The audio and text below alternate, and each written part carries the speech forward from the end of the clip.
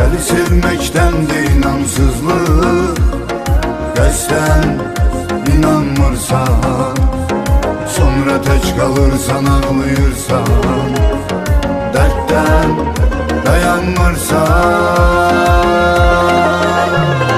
Sən hər addımında məni yanlış anlayırsan, sonra mesajlar, dəli sözlər ünvanlayırsan.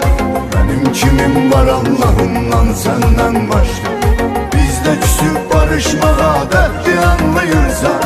Elə istəyir qısqanclıq, onu sevənlər anlar, bəzən ondan ötürü ayrılır sevən insanlar.